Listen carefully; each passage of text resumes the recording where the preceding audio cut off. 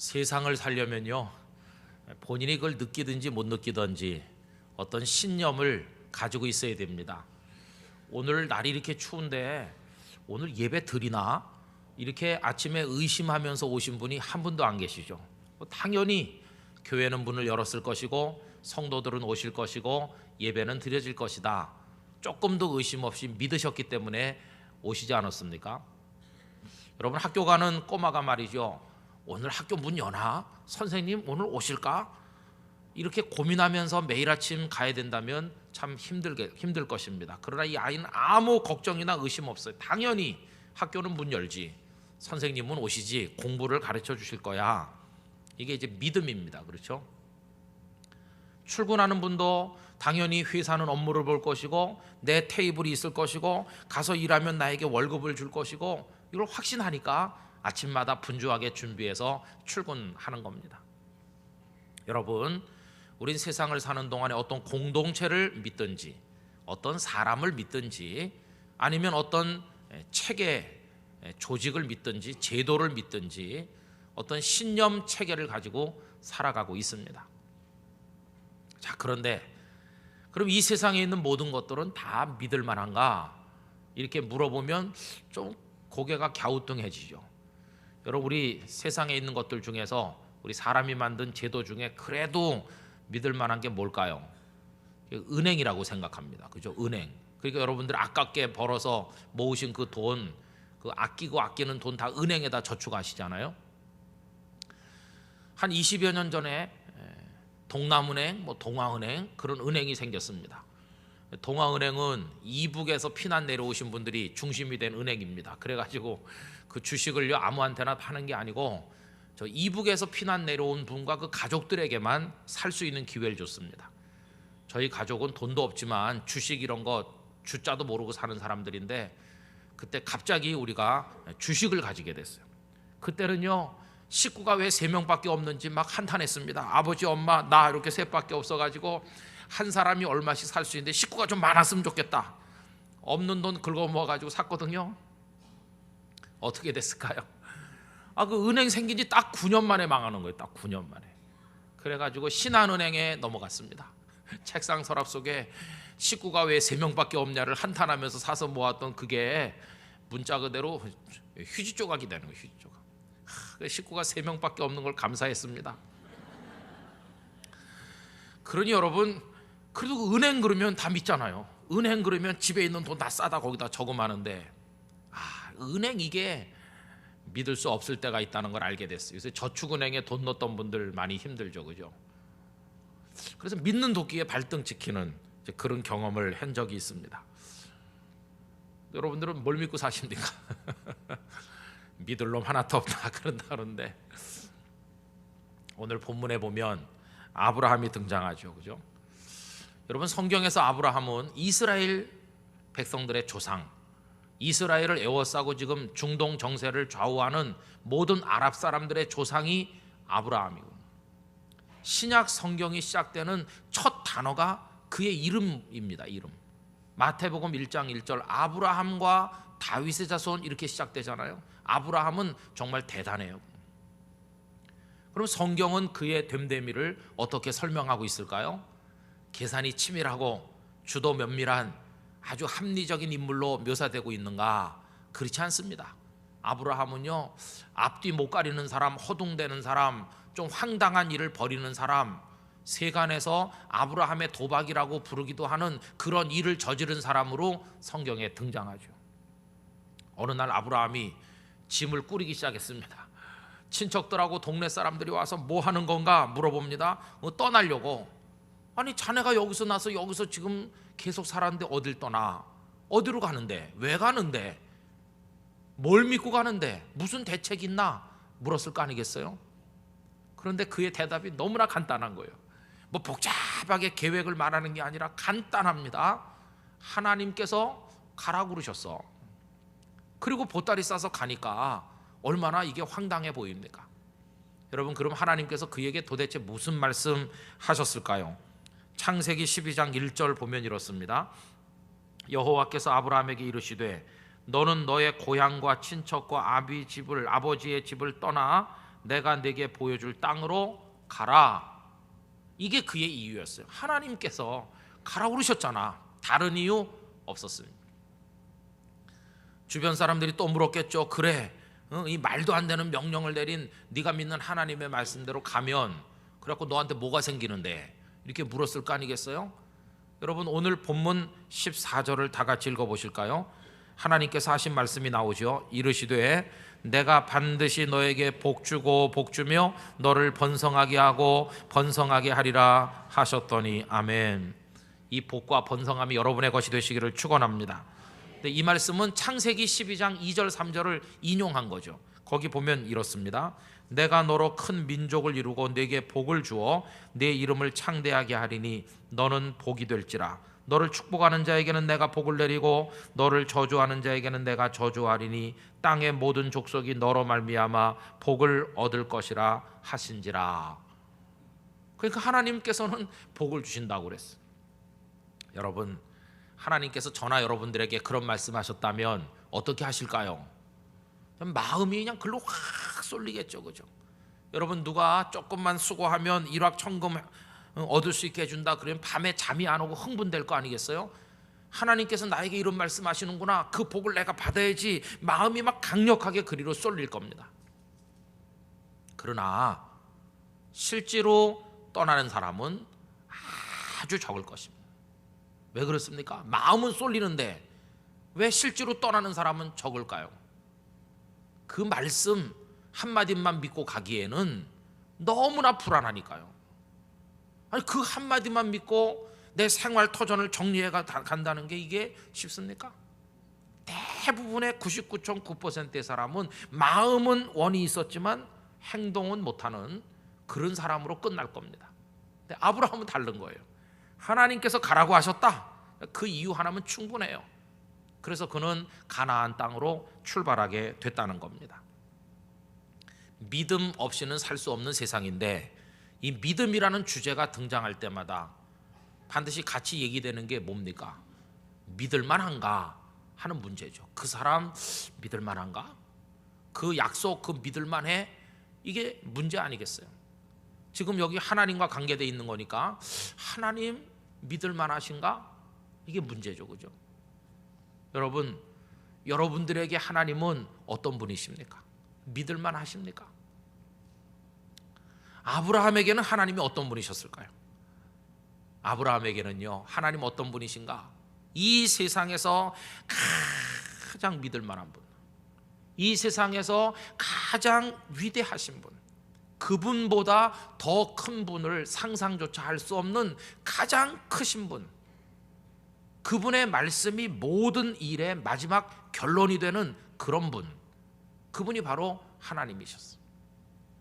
여러분, 우리 사람은요, 이렇게 말할 때 상대방이 내 말을 안 믿으면 어떻게 합니까? 나보다 더 권위가 있고 힘센 어떤 사람의 이름을 들먹거려가면서 얘기합니다. 예를 들면 꼬마가 친구들한테, 야, 오늘 우리 집에 새 차 도착한다. 그럼 꼬마들이 니네가 무슨 돈이 있어서 새 차를 사냐? 안 믿거든요. 그리고 꼬마가 뭐라고 할까요? 우리 아빠한테 물어봐. 아빠가 그러셨어. 그래서 쪼무레기들이 가서, 아저씨 내 집에 정말 새 차 사와요? 그러면 그 아저씨가, 그 아이 아빠가, 그래, 내가 벌써 돈 다 냈고 오늘 저녁에 새 차 우리 집에 온다. 그럼 그걸로 끝나는 거예요. 더 이상 조무라기들은 논쟁하지 않습니다. 그 아버지의 말씀이 논쟁 끝을 가져오는 것이, 나가서 말할 겁니다. 엄마 걔네 집에 말이지 새 차 온대. 네가 어떻게 하는데? 걔네 아빠가 말하는 거 내가 들었어. 그걸로 끝이에요. 그 아버지가 최종 결론이에요. 여러분, 사람은 그런 식으로 말하죠. 오늘 본문 16절을 보십시오. 사람들은 자기보다 더 큰 자를 가리켜 맹세하나니 맹세는 그들이 다투는 모든 일의 최후 확정이니라. 그러면 하나님은 어떠실까요? 하나님은 다른 이의 이름을 빌릴 필요가 없어요. 왜냐하면 그분이 가장 정확하게 믿을 만한 분이니까요. 다른 이의 이름을 빌릴 수도 없어요. 왜? 하나님보다 더 큰 권위를 가진 분은 아예 존재하지 않으니까요. 그럼 하나님은 꼭 약속한다 이렇게 할 때 뭘 걸고 약속합니까? 누구 다른 사람의 이름을 끌어다 드리는 게 아니라 당신 자신을 가리켜 맹세하시는 거예요. 여러분, 13절 다 같이 읽어보시겠습니다. 하나님이 아브라함에게 약속하실 때에 가리켜 맹세할 자가 자기보다 더 큰 이가 없으므로 자기를 가리켜 맹세하여. 그래서 하나님은 당신의 이름으로 맹세하셨어요.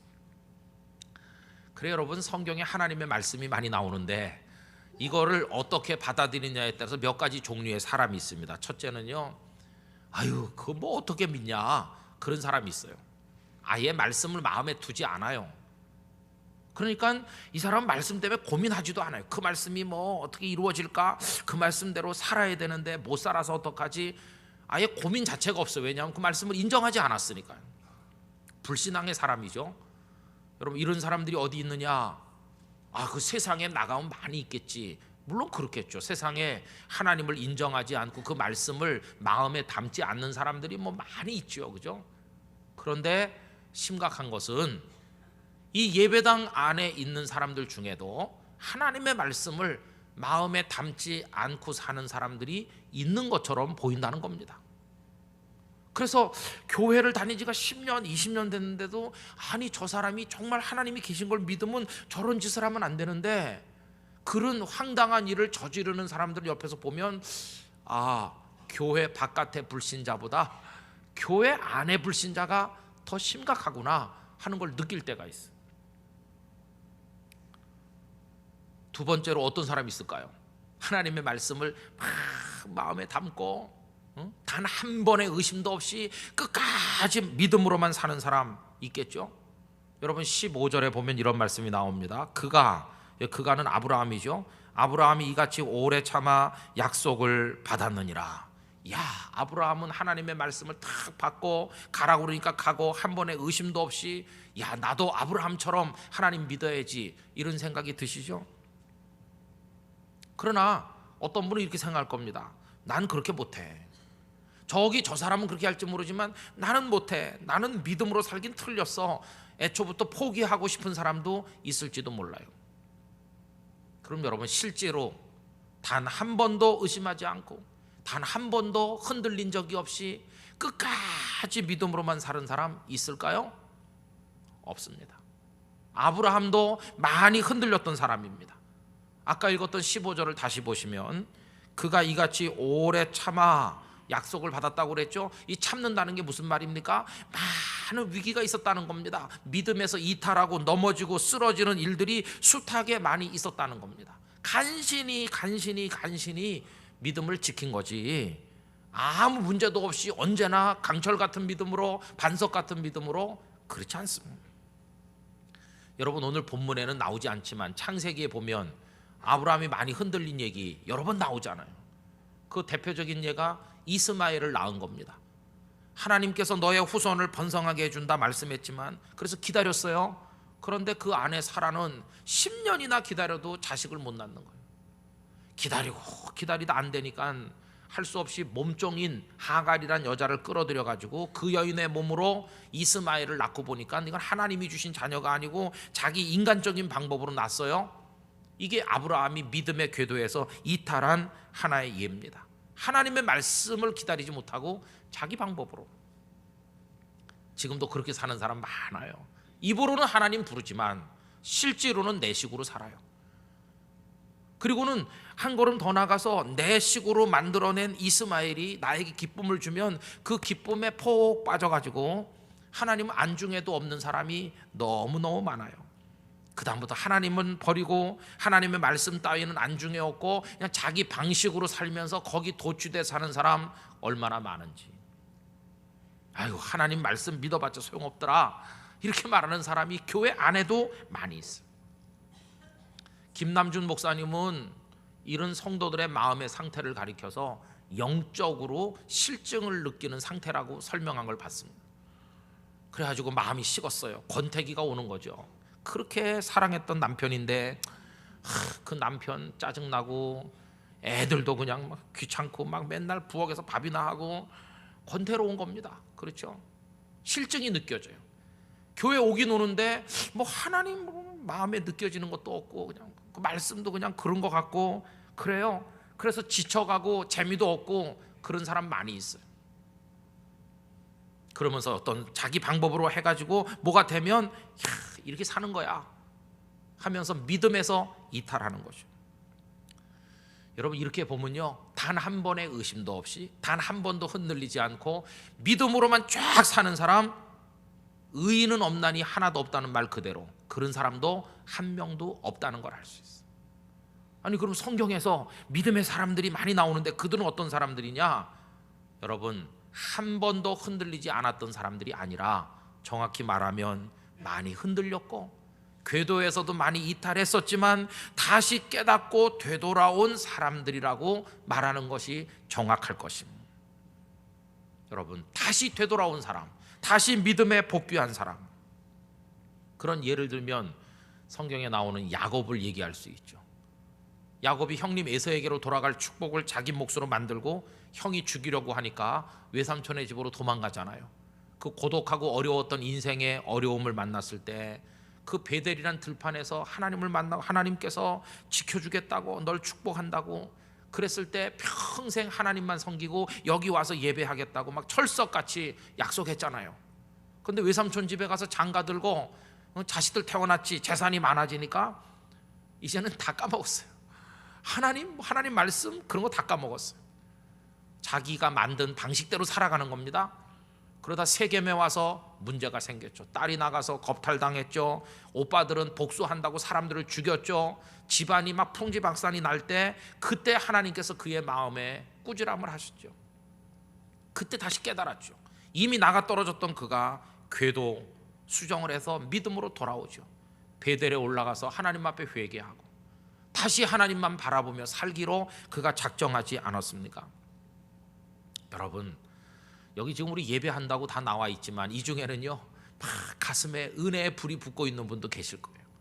어려운 요구를 하나님이 하셔도 금방 일어나서 순종할 사람이 이 자리에 계시는 줄 압니다.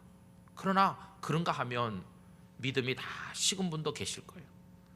주일날 와서 말씀은 들었지만 뭐 마음속에 믿어지지도 않고 귀에 잘 들어오지도 않고 그 옛날에 내가 그렇게 열심히 했던 게 오히려 지금 그때 내가 왜 그랬었지 이상하게 여겨지고 세상 보는 눈이 전부 왜곡됐어요.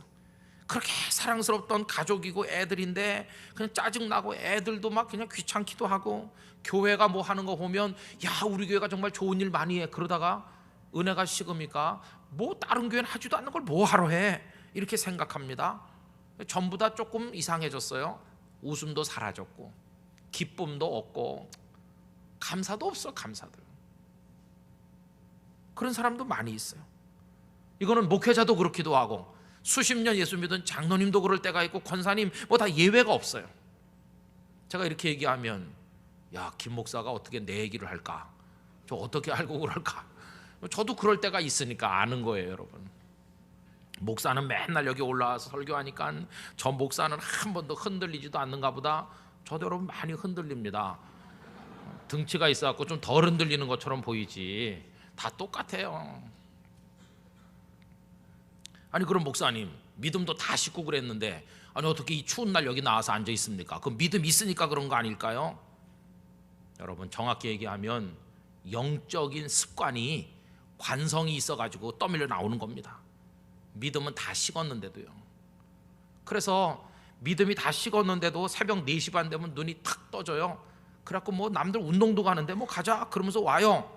와서 앉아 있지만 기도도 안 되고 뭐 은혜를 받는 것도 없고 그렇게 그냥 습관적 관성에 의해 가지고 6개월도 할 수도 있고 몇 년도 할 수도 있어요. 몇 년 동안 예배도 잘하고 봉사도 잘하고 찬양대도 잘하고 다 잘하는 것처럼 보여요. 남이 볼 때는 잘 믿는 것 같이 보이고 어떤 때는 내가 나를 봐도 뭐 이만하면 뭐 다 하잖아 이렇게 스스로 느낄 때도 있어요. 그러나 이미 믿음은 다 식은 사람도 많아요.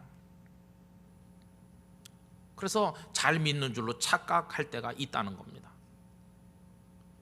아 정말 내가 그래 요새 그런 것 같아 이렇게 느껴지십니까? 그러면 어떻게 하면 좋을까요? 여러분 이 시간에 그런 분이 계시다면 하나님 앞에 감사하시기 바랍니다. 뭘 감사하냐? 몸이라도 이 자리에 나와 있게 하신 하나님께 감사하셔야 돼요. 떠밀려서라도 여기 올 수 있게 해주신 걸 감사하셔야 돼요. 내 영적인 게 습관이 돼서라도 이 자리에 나온 거 감사하셔야 돼요. 왜냐하면 이렇게 나와 있다가 언제 하나님의 은혜를 받아 회복될는지 알 수 없기 때문입니다. 반드시 하나님이 우리의 영혼을 흔들 때가 있을 것입니다. 어떤 분의 얘기를 들으니까 교회 열심히 다녔대요. 그런데 마음이 다 식었어요. 교회 발길을 끊은 지 여러 해가 됐대요. 근데 동생은 열심히 다니거든요. 동생을 급히 만나야 되는데 전화를 안 받아요. 왜? 예배 중이니까 안 받는 겁니다. 급해가지고 저 뒤에 와서 앉아있는 거죠. 빨리 끝나면 빨리 만나려고. 예배하러 왔습니까? 동생 만나러 왔죠. 그런데 그날 성령께서 그분을 뒤집어 놓는 것이 회개의 기도가 터져나오고 새 사람으로 변화되는 거예요. 여러분, 몸뚱아리라도 가지고 나와서 앉아있어 잠을 자기도 하고 뭐 딴 생각을 하기도 하지만 이 자리에라도 나와 앉아있는 사람, 하나님의 은혜가 임할 때가 분명히 있을 것입니다. 이번에 미얀마에 갈 때 사실은 갈 형편도 안 되는데 시간도 그날 뭐 많이 모이는데 와서 뭐 잠깐이라도 메시지를 해달라고 그러시고 그래 이제 갔거든요. 저는 갈 때 그냥 가서 내가 짧은 설교를 한다, 또 가서 보기도 하고 뭐 그런다, 그냥 이렇게 간 겁니다. 심드렁하게 막 간절히 기도하고 뭐 그런 게 아니거든요. 근데 가가지고요, 거기 이제 게스트로 오신 분들, 무슨 개런티를 받고 온 것도 아니고 복음을 위해 자발적으로 오신 분들, 어떤 분 그 SBS에서 제일 바이올린 주자를 했던 권사님인데 막 거기 팀을 만들었는데 정말 잘하는 거예요. 우리 그냥 홀딱 반했어요. 또 거기 또 어떤 젊은이가 나와서 K-팝 그 곡에다가 거룩한 가사를 붙여서 춤을 추며 무대를 장악하는데 완전히 그냥 사람들이 얼을 빼놓더라고요. 태권도 선교단도 기가 막히고 제가 보면서 감동받았습니다. 야, 목사는 아마추어처럼 죽을 쓰는 설교도 많이 하는데 저 사람들은 완전히 프로구나. 나도 열심히 해야 되겠어. 그렇게 시시하게 해가지고 되겠냐. 그런 어떤 찔림도 받고 감동도 받았어요. 여러분, 뭐 간절히 은혜를 받으려고 간 거 아닌데 제 몸뚱아리를 거기다 갖다 놨더니 하나님께서 은혜를 주신 것이. 여러분, 믿음이 식으셨습니까? 하나님께서 여러분들 이 자리에 두심은 다시 일으켜 주시기 위함인 줄로 믿습니다. 다시 회복시켜 주시기 위함이라고 저는 확신합니다. 꾸준히 오셔서 하나님을 바라보시기를 바랍니다. 성령의 불이 여러분들에게 옮겨붙는 시간이 있을 것이고 우리 다시 일어서서 하나님을 섬기게 될 것입니다. 그럼 여러분, 하나님이 가라고 그랬다고 그러면서 간 아브라함은 어떻게 됐을까요? 가가지고 아까 말씀드린 것처럼 많이 흔들리고 넘어지고 그랬잖아요. 그러나 전체를 놓고 보면 중간에 많은 파국이 있었고 실패가 있고 어려움이 있었지만 전체를 놓고 보니까 그는 믿음의 승리자가 된 것이. 할렐루야. 그래서 그는 복을 받았습니다. 이삭이 태어나고 후손이 번성하고 믿음의 조상이 돼서 성경에서 아브라함 그러면 존귀한 사람이 됐습니다. 우리의 삶이 흔들림도 많고 파국도 많고 실패, 아픔, 가슴 아픈 얘기들 많으나 하나님을 향해 걸어갈 때 끄트머리 우리 모두가 아브라함처럼 될 줄로 믿습니다. 이 믿음 가지고 행동하며 실천하며 살아가게 되시기를 기원합니다. 믿음은 행동으로 나타나야 돼요. 어떤 꼬마가 있는데 엄마가요, 얘야 저 뒷뜰에 가서 빗자루 좀 가져와. 이 꼬마가 날이 어두워지면 무서움을 타거든요. 못 나가요. 엄마 무서워요. 뭐 무서워? 예수님이 널 지켜주시는데 가서 가져와. 못 간다니까. 예수님이 계시다니까. 진짜? 그럼 예수님이 널 지켜주시. 바깥에 계셔 지금 예수님. 정말? 그렇다니까. 꼬마가 어떻게 했는지 아십니까? 문 살짝 열고 예수님 거기 계십니까? 빗자루 좀 갖다 주세요. 여러분, 이 꼬마가 믿음이 좋은가요? 그렇게 하면 안 되는 겁니다. 정말 믿음이 있으면 방문 열고 나가야지. 가서 빗자루 가져와야지. 뭐 그렇게 하면 안 돼요. 여러분, 정말 하나님을 믿으신다면 경기가 안 좋고 체감 경기가 어렵다고 그러지 않아요. 장사도 안 되고 그래도 아침 일찍 출근하셔서 가게 문 열고 물건 정리도 잘 해놓으시고 손님들한테 친절하게 여러분 열심히 장사를 하셔야 되는 것이. 정말 하나님을 믿는다면 성적이 빨리빨리 안 올라가도 책상 머리에 붙어 앉아야 되는 것이. 열심히 공부를 해야 되고 어려운 사람 보면 내 주머니 걱정만 하지 말고 하나님이 채워줄 줄 믿습니다. 그 사람 좀 도와주기도 하고. 11조 예물 드리려면 정말 어렵지만 하나님이 말씀대로 하는 자에게 복 주실 줄 나는 믿어. 그러면서 11조 예물도 드리기도 하고 여러분 믿음으로 여러분들의 인생을 싸워 나가게 되시기를 부탁을 드리는 것입니다. 그래서 믿음을 생각의 울타리 안에 가둬놓으면 아무 소용이 없어요. 아브라함처럼 떠나야 할 곳에 진보다리를 싸서 그곳을 떠나는 결단과 행동이 여러분들에게 있으시기를 간절히 기원하는 것입니다. 지금 믿음이 식어서 힘들지만 그래도 나는 힘들어 그래도 해보셔야 되는 거예요. 왜 그렇습니까? 하나님이 못하시는 게 하나 있거든요. 여러분 오늘 말씀 18절에 보니까 뭐 하나님께서 못하시는 거 하나 나옵니다. 뭘 못하십니까? 그렇죠. 하나님이 거짓말을 하실 수 없으시다. 여러분 성경에 나오는 말씀을 믿고 그대로 축복해 주실 줄 확신하며 하나님 앞에 나가시기를 바랍니다. 이런 믿음을 가지고 사는 사람하고 그렇지 않는 사람하고 인생이 하늘과 땅만큼 다릅니다. 이 믿음이 있으면요 하나님이 나를 축복하신다. 이게 그의 마음에 힘이 돼요. 그는 보증수표를 받은 사람과 같아요. 소망이 있어요. 반드시 그렇게 될 줄 믿으니까요. 근데 이 소망이 흔들리는 바다 위에 그가 배처럼 떠 있어도 떠내려가질 않게 만들어줘요. 닻이 돼가지고 그를 딱 붙들어 매주는 거예요. 흔들리지만 떠내려가지 않는다. 여러분 오늘 말씀 19절을 다 같이 읽습니다.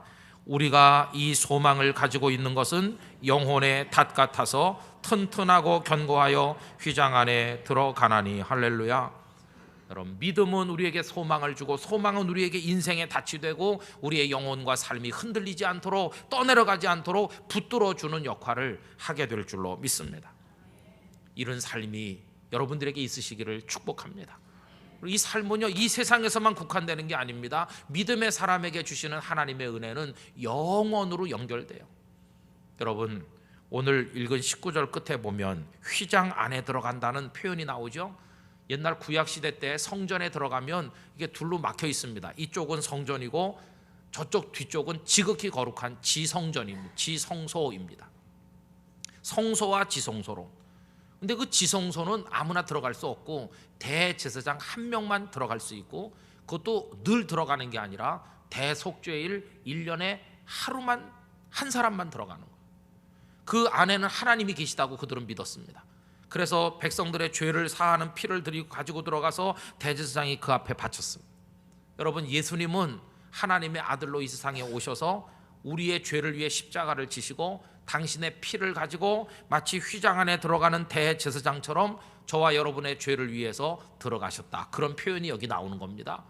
그래서 예수 그리스도를 믿으면 우리의 죄가 씻겨지고 우린 구원을 받고 우리의 축복의 삶은 영원한 세계로까지 연결된다고 하는 것을 우리들에게 보여주고 있는 것입니다.